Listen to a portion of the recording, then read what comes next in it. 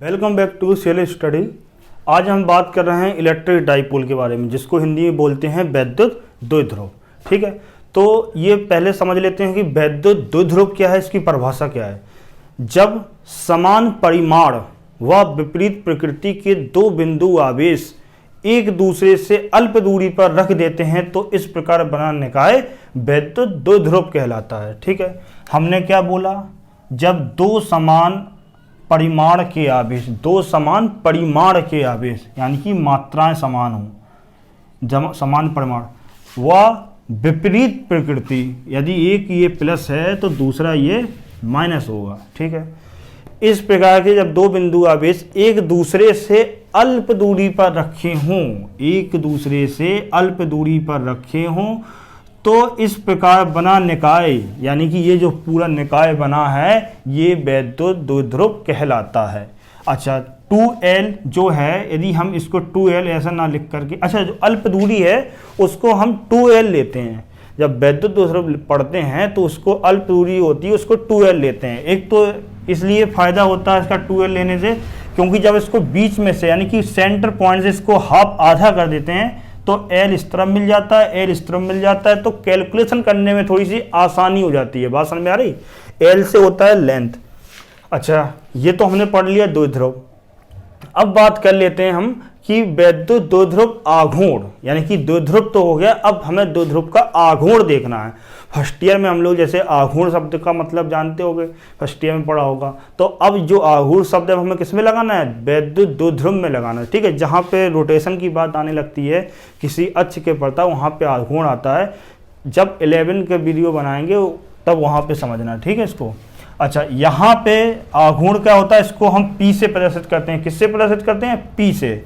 यहाँ पे हमने P से प्रदर्शित कर दिया। ठीक है, दोनों में से कोई एक आवेश, दोनों में से किसी एक आवेश व उनके बीच की दूरी के गुणनफल जो होता है वो वैद्युत द्विध्रुव आघूर्ण कहलाता है। बीच की दूरी कितनी है? 2L है।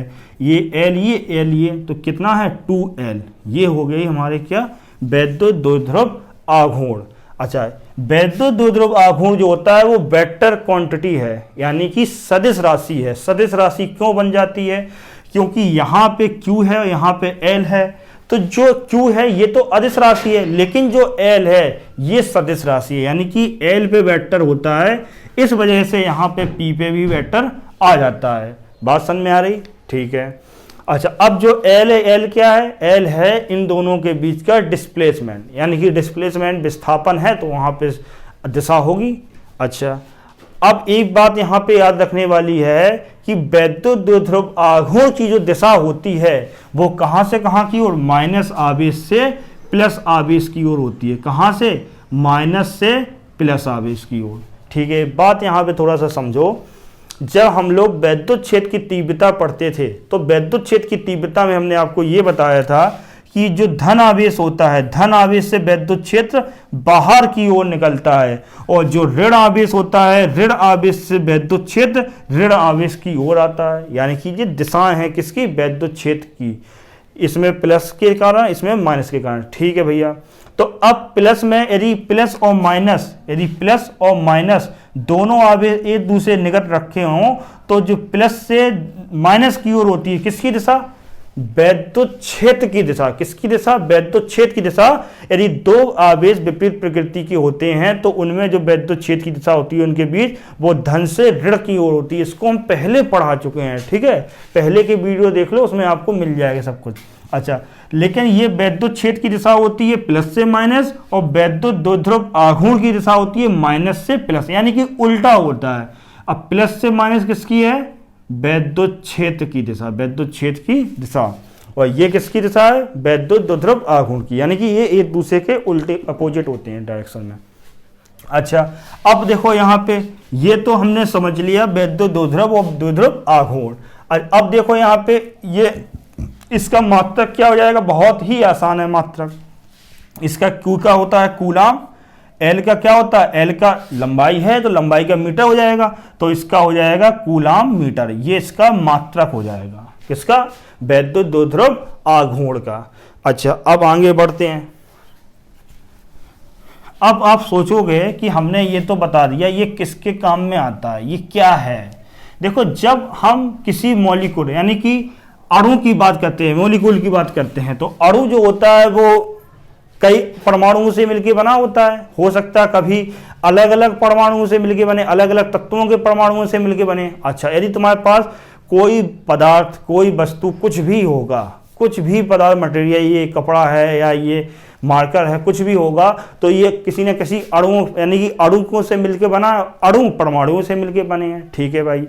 अब यहाँ पे हमें देखना है कौन सा अणु है वो द्विध्रुव का नेचर रखता है, कौन सा अणु द्विध्रुव का नेचर नहीं रखता। यानी कि जो नेचर रखते हैं वो ध्रुवीय अणु कहलाते हैं, जो द्विध्रुव के नेचर नहीं रखते हैं वो अध्रुवीय अणु कहलाते हैं। सीधी सी बात ये है। ठीक है, तो हमें अध्रुवीय और ध्रुवीय अणुओं के बारे में थोड़ा सा देख लेना है।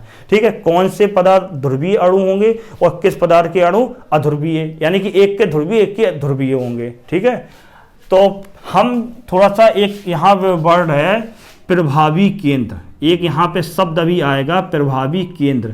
बच्चे हमेशा परिभाषाएं पढ़ लेते हैं, याद कर लेते हैं। बच्चे हमेशा परिभाषाएं पढ़ लेते हैं, याद भी रटी रहती हैं बिल्कुल, लेकिन उनके जो वर्ड लिखे हैं, जो परिभाषा डेफिनेशन के अंदर जो वर्ड लिखे हैं, उनका मतलब नहीं पता होता है कि इनका मतलब क्या है, इनका मीन्स क्या है। अब जैसे प्रभावी केंद्र है, तो प्रभावी केंद्र से कई बार बच्चों से पूछे तो बता नहीं पाते क्या, बहुत ही छोटी सी चीज़ है, आसान सी। अच्छा, यदि तुम्हारे पास यहाँ पे बहुत सारे आवेश रखे हों, बहुत सारे आवेश रखे हों, और तुमसे बोला जाए यहाँ पे कि हमें एक ऐसा न्यूनतम त्रिज्या का, किसका न्यूनतम, यानी कि कम से कम मिनिमम रेडियस की ऐसा सर्किल को हमें ड्रॉ करना है जिसके अंदर ये सभी हमारे चार्जेस आ जाएं। ठीक है, तो हम कैसा कर सकते हैं, एक हम सर्किल को ऐसा ड्रा कर सकते हैं। भैया एक ऐसा सर्किल ड्रा कर दिया, इसके अंदर ये चार्जेस आ गए।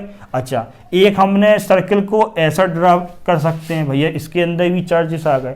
लेकिन इस सर्किल को हम बिल्कुल ऐसा ड्रा कर सकते हैं, बिल्कुल इसके हमें मतलब बाहर के कुछ नहीं चाहिए एरिया, हमें कम से कम रेडियस चाहिए, कम से कम की रेडियस का सर्किल जिसके अंदर ये सभी चार्जेस आ जाएं। ठीक है, तो इसका जो केंद्र होगा, इस रेडियस का जो केंद्र, ये जो सर्किल का जो यहाँ पे केंद्र है, सेंटर है, ये सेंटर क्या कहलाता है, ये सभी आवेशों का प्रभावी केंद्र कहलाएगा। यहाँ पे बात समझ में आ रही, ये सभी के सबका क्या होगा, प्रभावी केंद्र ये यहाँ पे होगा। ठीक है, प्रभावी केंद्र समझ गए। अब देखो हमारे पास कोई मॉलिक्यूल है, ठीक है, यानी कि कोई अणु है, तो अणु जो होता है वो आयनों से मिलके बना होता है, किसी पे धन आयन होगा, किसी पे ऋण होगा। ठीक है, अच्छा, तो हमारे पास कोई ऐसा अणु है जिसपे ये धन आयन इस प्रकार से पूरे में फैले हुए हैं, इस प्रकार से ये पूरे धन आयन फैले हुए हैं। अच्छा, इसमें धन आयन भी है और ऋण आयन भी है, तो ऋण आयन कैसे हैं, ऋण आयन भी इस प्रकार से पूरे फैले हुए हैं, इस प्रकार से पूरे ऋण आयन फैले हुए हैं। ठीक है, अब तुमसे पूछ दिया जाए, तुमसे कहा जाए कि जो धन आयन है इनका प्रभावी केंद्र बताओ, तो सबसे पहले आपको क्या करना है, सबसे पहले ये करना है कि मिनिमम रेडियस का इस सर्किल ड्रॉ कर दो जिसके अंदर ये सभी पॉजिटिव चार्ज आ जाएं। तो इसका जो केंद्र होगा वो ये कहीं पे यहाँ पे आएगा। ठीक है भाई, आ गया। अब हमें क्या देखना है, अब हमें ये देखना है, अब प्लस की बात हो गई, अब माइनस के लिए देखना है कि इसका प्रभावी केंद्र कहाँ पर है, तो माइनस के लिए भी सर्किल ड्रॉ करेंगे। ठीक है, इस सर्किल। अच्छा, एक बात और समझ लो, कोई किसी बड़े रेडियस कोई सर्किल तुमने ड्रा किया, एक बड़ा सर्किल हो, एक छोटा सर्किल हो सकता है दोनों के प्रभावी केंद्र एक ही बिंदु पर आ जाए। कैसे आ जाए, एक तुम्हारा बड़ा सर्किल है, इसका केंद्र ये है, एक छोटा सा सर्किल है, इसका भी केंद्र ये।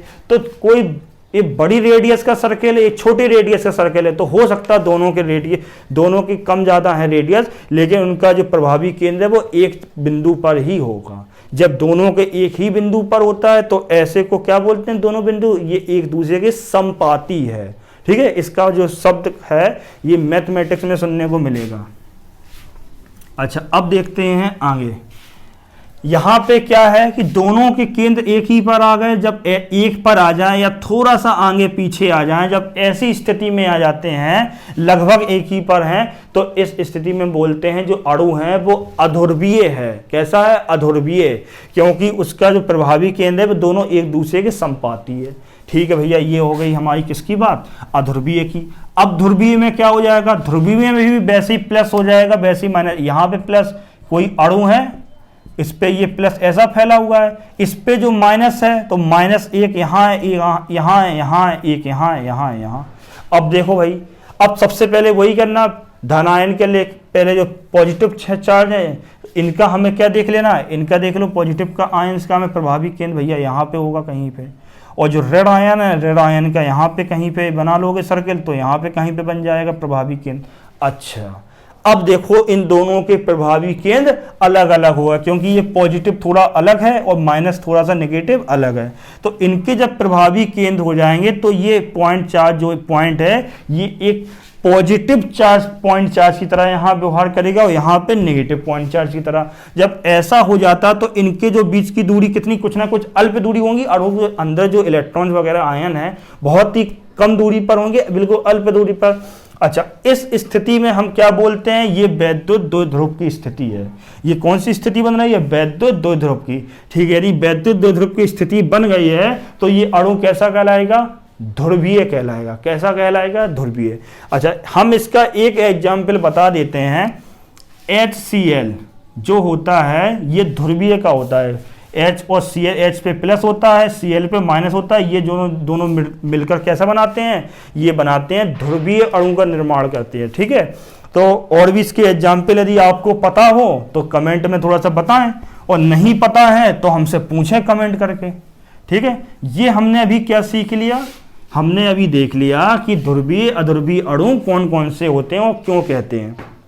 ठीक है, अब हमारा टॉपिक क्या है? वैद्युत द्विध्रुव। हमने भाई वैद्युत द्विध्रुव को ये बना लिया, ये एक पॉजिटिव चार्ज है और ये नेगेटिव चार्ज है। ठीक है भाई, समान परिमाण के हैं दोनों। अच्छा, अब होता क्या है कि जब इनका काम क्या है, हमने ये पढ़ तो लिए, इनका यहाँ पे काम क्या है? ये एक दूसरे कितनी दूरी पर रखे हैं? 2L दूरी पर रखे हुए हैं। ठीक है भाई, 2L दूरी पर हैं। अच्छा, अब देखो यहाँ पे क्या देखना है? इन दोनों आवेशों के कारण एक साथ, एक पॉजिटिव एक माइनस, इन दोनों आवेशों के कारण हमें किसी अन्य बिंदु पर हमें वैद्युत क्षेत्र की तीव्रता निकालनी है। हमारे पास जो इसका ये एप्लीकेशंस हैं, इसके जो हम पढ़ रहे हैं अब, वो इसके एप्लीकेशंस हैं किसके? वैद्युत क्षेत्र की तीव्रता के। अच्छा, इसको एप्लीकेशन बोल दो, न्यूमेरिकल बोल दो, प्रॉब्लम बोल दो, कुछ भी बोल सकते हो। ठीक है, अच्छा, अब देखो यहाँ पे कि तुमसे बोल दे किसी भी बिंदु P पर हमें वैद्युत क्षेत्र की तीव्रता बताओ इन दोनों आवेशों के कारण। अच्छा, जो बिंदु P है वो कहीं पे भी हो सकता है। बिंदु P भाई यहाँ हो सकता है, बिंदु P यहाँ हो सकता है, इस बिंदु पर भी हम वैद्युत क्षेत्र की तीव्रता निकाल सकते हैं, इस पर भी निकाल सकते हैं, इस पर भी निकाल सकते हैं। ठीक है, तो हम किसी भी बिंदु पर इन दो आवेशों के कारण वैद्युत क्षेत्र की तीव्रता निकालेंगे। ठीक है, तो एक स्थिति होती है अक्षीय स्थिति, एक होती है निरक्षीय स्थिति। एक होती है अक्षीय, एक होती है निरक्षीय, और तीसरे में जो होता है वो किसी व्यापक बिंदु पर। ठीक है, यानी कि जनरल पॉइंट पर हम बता सकते हैं, जनरल पोजीशन पर, कि उसकी वैद्युत क्षेत्र की तीव्रता क्या होगी।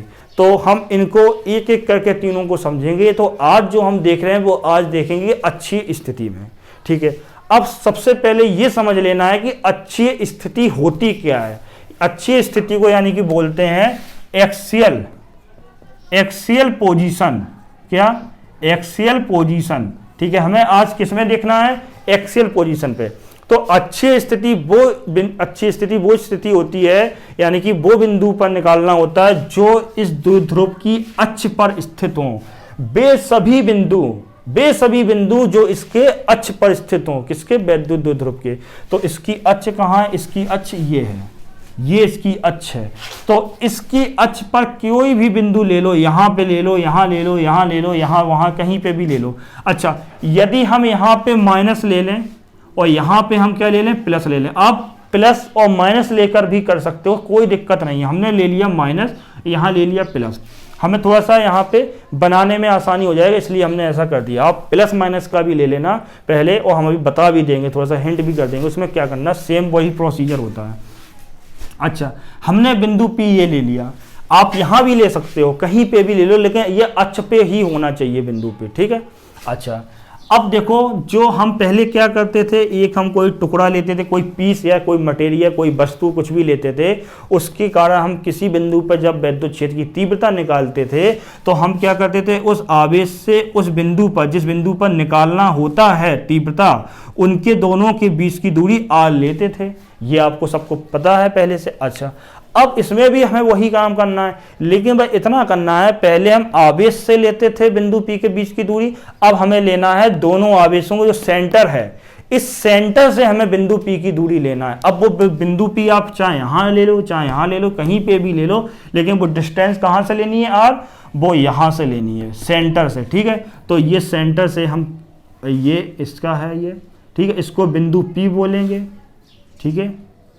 इनके जो बीच की दूरी है वो कितनी ले ली हमने, r ले ली, ठीक है।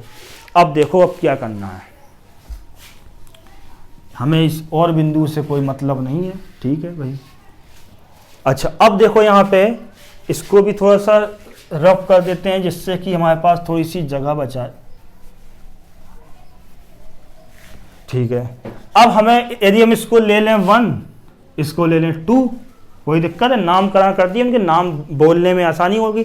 अच्छा, पहले आवेश के कारण बिंदु P पर तीव्रता निकालनी है, तो पहला आवेश क्या है यहाँ पे, इसको ले लेंगे E1, ठीक है।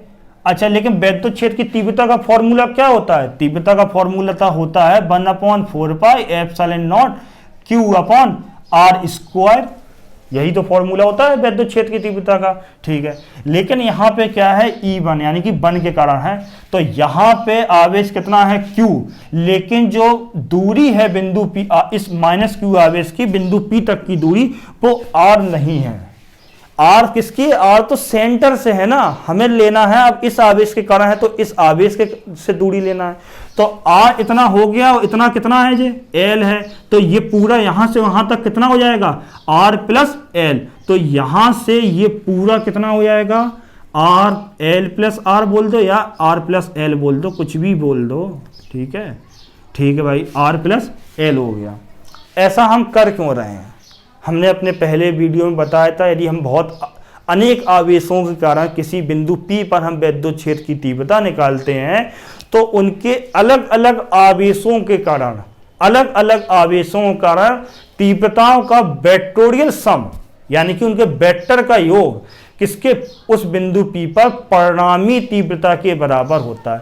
यानी कि हमने क्या किया था, मोटी भाषा में बताएं, हमने ये किया था, अलग अलग आवेशों के कारण, सबके कारण हमने तीव्रता निकाल ली थी, E1 E2 E3 E4, और बाद में लेके हमने वेक्टोरियल सम किया था। वेक्टोरियल सम का थोड़ा सा प्रोसीजर अलग होता है, उसमें दिशा का ध्यान रखना पड़ता है। सम तो होता है, जैसे तुमसे 4 5 6 इनको ऐड करना है तो सीधे बोल दोगे आप 4 6 4 10 और 5 15, लेकिन यदि दिशा है, उसमें दिशा भी साथ में, तो दिशा देखनी पड़ती है। बात समझ में आ रही। अच्छा, यहाँ पे देखो, यहाँ पे हमें किसके, -Q के लिए देख रहे हैं, तो इसमें जो है वो कितना हो जाएगा दूरी यहाँ से यहाँ तक, R + L का होल स्क्वायर, ठीक है भाई। अब हमें देखना है +Q आवेश के कारण, किसके कारण, +Q आवेश के कारण, तो +Q आवेश कौन सा नंबर का आवेश, दूसरा नंबर का, तो हमें यहाँ तीव्रता कितनी लिख लेंगे, E2। दिखाई दे रहा है कि नहीं दिखाई दे रहा है, दिखाई नहीं दे रहा है, बस चेक कर लें, हाँ दिखाई दे रहा है, बेहतरीन, ठीक है। 1/4 पाई एप्सिलॉन नॉट Q/ कितना होगा बोलो, इस +Q की बिंदु P से दूरी कितनी होगी, R तो यहां तक है ना, तो R में इस L इतनी है, L इतनी कम हो जाएगी, तो ये कितना बचेगा, R - L, कितना, R - L, तो यहां पे कितनी आएगी, ये R - L का होल स्क्वायर, ठीक है। अब एक बात समझो, यदि 6 में 2 का भाग दोगे 3 आएगा, यदि 6 में 3 का भाग दोगे 2 आएगा, यानी कि जितनी बड़ी संख्या का भाग दोगे हमें उतना ही यहाँ छोटी संख्या मिलेगी। यानी कि जितना तुम नीचे तुम भाग वाली संख्या को जितना बड़ा करते जाओगे, यहाँ पे हमें इसका जो रिजल्ट आएगा वो उतना ही कम आएगा। बात इतनी सी है, बस नीचे वाली संख्या बढ़ाओगे तो मान कम होता चला जाएगा। ठीक है भाई, इतनी सी बात है, हो सकता है आपको पता हो पहले से। ठीक है, अब देखो यहाँ पे ये वो 1/4πε0 है, इस दोनों में बराबर है, दोनों में Q की वैल्यू बराबर है, बस इस दूरियों का इन दूरियों का अंतर है। अच्छा, इसमें हो रहा है R प्लस एल, यानी कि ये R में कुछ चीज जुड़ रही है, यदि जुड़ेगा यदि ऐड होगा तो वहां वो चीज बड़ी हो जाएगी और बड़ी इसका मान बड़ा हो जाएगा। ठीक है, यदि R माइनस एल, यदि R में कुछ कम हो रहा है तो कम हो जाएगा ना, R माइनस हो रहा है, ठीक है, सब्ट्रैक्ट कर रहे हैं L को तो उसमें और कम हो जाएगा। तो ये वैल्यू ज़्यादा है, ये वैल्यू कम है। अच्छा, नीचे वाली वैल्यू जितनी ज़्यादा होगी, नीचे वाली वैल्यू जितनी ज़्यादा होगी, ये वाली वैल्यू उतनी ही कम होगी, और ये वाली कम है तो ये वाली ज़्यादा हो जाएगी। बात समझ में आ रही? तो इससे हमें ये पता चल रहा है कि जो E2 है वो E2 E1 से बड़ा है, E2 जो है वो E2 E1 से बड़ा है। ये सब काम हम इतनी सी बात समझने के लिए किया हमने। अच्छा, अब एक बार बताओ, हमें इस बिंदु P पर हमें वैद्युत क्षेत्र का इसके अलग के इसके सिंगल माइनस Q के लिए हमने निकाल लिया, प्लस Q के। अब हमें दोनों का साथ में निकालना है, यानी कि परिणामी, उसका क्या निकालना है, परिणामी रिजल्टेंट निकालना है। ठीक है, तो हम इसका रिजल्टेंट दो तरीकों से निकाल सकते हैं, या तो हम उसका वेक्टर वाले मेथड से कर लें, यानी कि दिशा देख के हम कर लें। जब हम वेक्टर वाला करेंगे मेथड, ठीक है, उसमें हमें माइनस को लेना पड़ेगा, यानी कि कैसे, E वेक्टर बराबर E1 vector plus E2 vector, ये करना पड़ता है। ठीक है, अब E1 वाला माइनस हो तो E1 वाले में माइनस, यानी कि अभी हमने Q लिया है दोनों में। ठीक है, हमने किसी में इसका ये प्रकृति नहीं रखी है, यानी कि कौन सा प्लस है कौन सा माइनस है, ये हमने इसमें नहीं रखा। बस हमने क्या रखा, इसका मैग्नीट्यूड, यानी कि इसका परिमाण कितना है। दिशा ऐसा से मतलब इसमें माइनस और प्लस लगा दोगे। देखो, यदि जो सदिश राशियों वाला यदि तुम लोगे, यानी कि ई जो है वो सदिश राशि है, ऐसी अभी और भी आगे चीजें आएंगी। जब भी हम सदिश राशि यानी कि वेक्टर वाला देखेंगे, जो राशि है वेक्टर क्वांटिटी है, तो उसमें हम माइनस नहीं लेंगे। यदि हमें मैग्नीट्यूड अकेला निकालना हो तब, यदि हमें मैग्नीट्यूड निकालना है अकेला तो उसमें हम माइनस नहीं लेंगे, उसका जो सीधा सीधा मान है वही रख देंगे। ठीक है, अभी देखो हमने ई पे वेक्टर नहीं लगाया, इसीलिए। बात समझ में आ रही? ये क्या है, ये सब मैग्नीट्यूड है, परिमाण है बस ई का, तीव्रता का।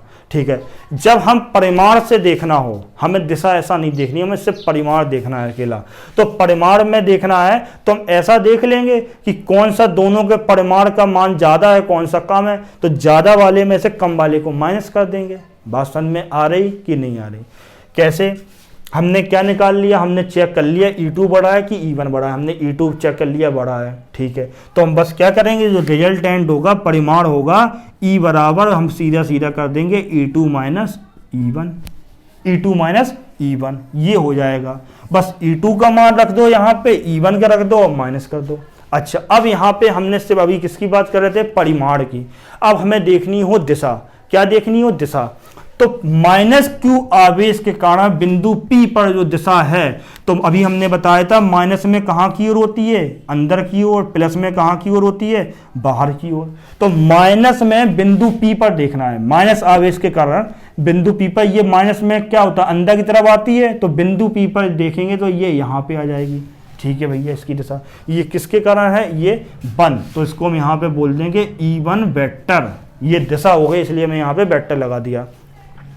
अब प्लस Q आवेश क्या है, प्लस के लिए क्या होती है, जो तीव्रता होती है बाहर की तरफ जाती है, तो बिंदु P पर इसके कारण जो तीव्रता ऐसे बाहर भागेगी, ये क्या है, E2 है। ठीक है भैया, E2 हो गया।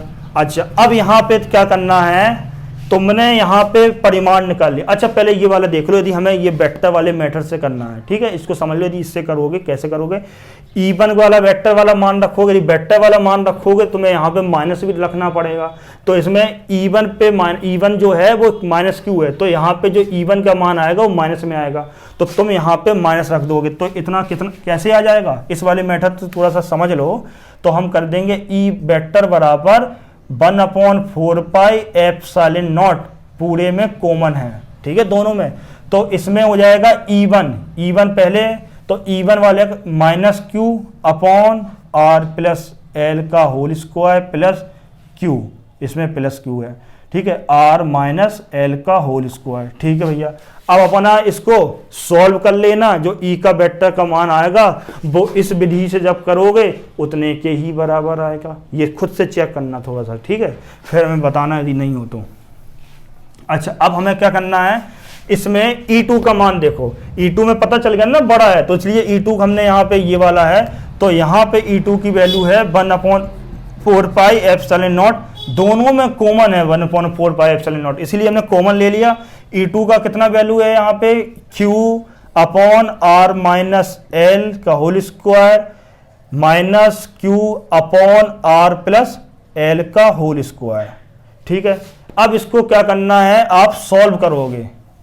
ठीक है, अब देखो यहाँ पे Q2 बड़ा है, Q2 जो बड़ा होगा, थोड़ा सा एग्जाम यहाँ पे समझ लो, जैसे ये मार्कर पे एक बल यहाँ से लगाएं 5 न्यूटन का, यहाँ पे लगाएं 2 न्यूटन का, तो आप किस दिशा में जाएगा, ये जहाँ ज़्यादा लग रहा है वहाँ की दिशा में जाएगा। ठीक है, अब इस दिशा में जाएगा क्योंकि आपको पता चल गया जो बल ज़्यादा लगाएगा उसी दिशा में जाएगा। ठीक है भैया, यही परिणामी की दिशा यही होगी।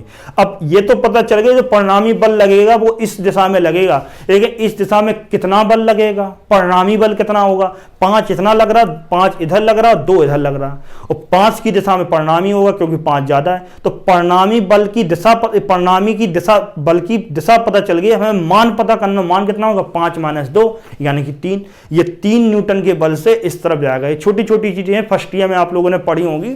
ठीक है, वही कॉन्सेप्ट यहाँ पे बस अप्लाई करना है छोटा सा। अच्छा, अब हमें ये पता चल गया यहाँ पे E2 बड़ा है। ठीक है, तो वैद्युत परिणामी वैद्युत क्षेत्र जो है, परिणामी वैद्युत क्षेत्र की तीव्रता की दिशा कहाँ की तरफ होगी, वो इन दोनों आवेशों के कारण इस बिंदु पर E की जो दिशा है वो इस दिशा में होगी। किस दिशा में, इस दिशा में। क्यों, क्योंकि E2 हमारा बड़ा है, और यदि E1 बड़ा होता तो इस दिशा में हो जाती। ठीक है, यदि आप ये बिंदु P इस दिशा में ले लो, फिर पूरा कैलकुलेशन सॉल्व करोगे तो आप देखना कि जो E की दिशा होगी वो E की दिशा किधर आएगी, इस तरफ आएगी। सॉल्व करके देखना, ठीक है। लेकिन कहते तो हैं हम सॉल्व करके देखना, लेकिन आप लोग सॉल्व करके देखते नहीं होगे, आलस लगता है खुद से नई चीज काम करने में। बात समझ, यदि ये आलस छोड़ के यदि ऐसा कर लोगे तो देखना फिर बहुत कुछ सीखने को मिलेगा, इतने से ही डेरिवेशन से बहुत सारे कॉन्सेप्ट क्लियर हो जाएंगे। ठीक है, तो अभी यहाँ पे बात चल रही थी, तो यहाँ पे कहाँ तक दिखाई दे रहा है, ये यहाँ तक दिखाई दे रहा है। ठीक है, अब यहाँ तक हम थोड़ा सा एक स्टेप यहाँ और लिख सकते हैं, 1/4 पाई एप्सिलॉन नॉट। अच्छा, Q हमारा यहाँ पे कॉमन आ जाएगा, तो Q को भी हमने यहाँ कॉमन ले लिया। ठीक है, अब 1/r माइनस एल का whole square, r plus L का होल स्क्वायर। जब इसको आप कॉमन यहाँ पे एलसीएम ले लोगे इसको, तो एलसीएम इसका आ जाएगा R square minus L square का होल स्क्वायर। ये मैथमेटिक्स है, ये क्या है, ये मैथमेटिक्स है। अच्छा, जब इसका ये आप यहाँ पे एलसीएम ले लिया, अब इसको जब सॉल्व करोगे तो यहाँ पे कितना आ जाएगा, यहाँ पे आ जाएगा आर प्लस एल का whole square minus R minus L का होल स्क्वायर, ये आ जाएगा। ठीक है, अब देखो नेक्स्ट स्टेप यहाँ से, चलो इसको हम रफ कर रहे हैं, माइंड में रखना ये पूरी फिगर को। अब यहाँ पे क्या हो जाएगा, E बराबर Q/4 पाई एप्सिलॉन नॉट, और यहाँ पे क्या हो जाएगा R square minus L square का होल स्क्वायर। यहाँ पे देखो a प्लस बी का होल स्क्वायर, और यहाँ पे है a माइनस बी का होल स्क्वायर। इसके फॉर्मूले को ओपन करना है। ठीक है, एक एक स्टेप हम कर दे रहे हैं। तो यहाँ पे हो जाएगा R square plus L square और प्लस 2rl, और यहाँ पे हो जाएगा माइनस, ये माइनस, फिर यहाँ लगाओगे ब्रैकेट, यहाँ हो जाएगा R square plus L square. ये a माइनस बी का फॉर्मूला है, इसलिए यहाँ पे आ जाएगा 2rl। ठीक है, आप क्या करोगे, यदि इस माइनस का अंदर मल्टीप्लाई करोगे तो ये माइनस बन जाएगा, ये भी माइनस बन जाएगा, और माइनस वाला प्लस हो जाएगा।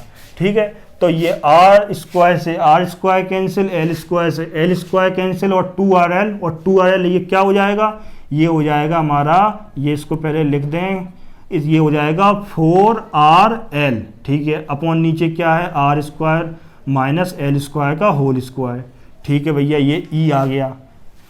ये क्या है, परिमाण चल रहा है। अब देखो यहाँ पे क्या है, जल्दी से देखो, अब यहाँ पे यदि आर जो है वो बहुत बड़ा हो एल से, ठीक है, जब ऐसी कंडीशन होती है, ये तो यहाँ पे रिजल्ट फाइनल हो गया, ठीक है। अब हमें स्पेशल कंडीशन लगाना है, हमें क्या करना, हमें स्पेशल कंडीशन लगाना है। स्पेशल कंडीशन जब लगाओगे तो आर ग्रेटर देन एल, यानी कि आर जो है वो एल से बहुत बड़ा है, ठीक है भाई। तब क्या करोगे, एल को नेग्लेक्ट कर दोगे यहाँ पे, तो ई बराबर क्यू अपॉन 4 एप्सिलॉन नॉट, यहाँ पे 4RL अपॉन आर इसकी पावर, देखो एल हट जाएगा, नेग्लेक्ट हो जाएगा, तो आर की पावर 2 स्क्वायर, तो आर की पावर 4, ठीक है, ये आ जाएगा। आर की पावर यहाँ 4 है, यहाँ आर अकेला है, तो आर से आर की पावर 4 कैंसिल हो जाएगा, तो कितना आएगी नीचे पावर, यहाँ पे आर की पावर 3 हो जाएगी, आर की पावर 3 दिखाई दे रहा है, हाँ दिखाई दे रहा है, ठीक है। अब देखो यहाँ पे, अब इस Q को हमने अंदर कर दिया, इस Q को हमने अंदर कर दिया, यहाँ पे ऐसा हो गया, ठीक है भैया, ये थोड़ा सा स्टेप थोड़ा शॉर्ट हो जाए इसलिए ऐसा कर रहे हैं। आगे लिखो 1/4 एप्सिलॉन नॉट, यहाँ पे कैसा लिख सकते हैं, 2 × 2QL ऐसा लिख सकते हो, अपॉन आर की पावर 3, ये लिख दिया हमने, ठीक है। हमें फॉर्मूला बनाना है ऐसे, इसलिए लिख रहे हैं। अच्छा, यहाँ पे हमने 2 दूनी 4 ऐसा हमने अलग लिख दिया, क्योंकि हम जानते हैं चूंकि P बराबर कितना होता है 2QL, P बराबर, P क्या है, P हमारा वैद्युत द्विध्रुव आघूर्ण। हमें इस तीव्रता को किस में बदलना है, हमें किस फॉर्म में लिखना है, वैद्युत द्विध्रुव आघूर्ण के फॉर्म में लिखना है, इसलिए हमने इसलिए बदल लिया। तो E बराबर क्या हो जाएगा, E बराबर इसका मान यहाँ रख दो, तो 1/4 एप्सिलॉन नॉट और यहाँ 2P अपॉन आर की पावर Q, ये हमारी क्या आ गई, वैद्युत क्षेत्र की तीव्रता आ गई, वैद्युत क्षेत्र की परिणामी, इन दोनों आवेशों के कारण बिंदु P पर परिणामी तीव्रता आ गई, ठीक है। और इसकी दिशा क्या होगी, यदि इसकी दिशा लिखनी है तो इसकी दिशा हो जाएगी E2 आवेश, जो दूसरा आवेश था दूसरे नंबर के, उसके कारण जो तीव्रता कौन सी थी, E2, तो परिणामी की तीव्रता किस दिशा में होगी, जो E2 की दिशा होगी वही होगी, ठीक है। तो इस प्रकार से ये हो गया। जो नेक्स्ट वीडियो आएगा उसमें हम निरक्षीय स्थिति में देखेंगे, उसमें 1-2 पॉइंट जो इंपॉर्टेंट होते हैं जो आप लोग कभी कभार मिस कर देते हो उसको भी बताएंगे। उसके बाद व्यापक बिंदुओं पर भी बताएंगे। यदि आपने व्यापक बिंदुओं का फॉर्मूला याद कर लिया तो बहुत सारे काम फिर हमारे आसान हो जाएंगे न्यूमेरिकल सॉल्व करते टाइम, ठीक है। तो आज के लिए इतना ही, थैंक यू सो मच।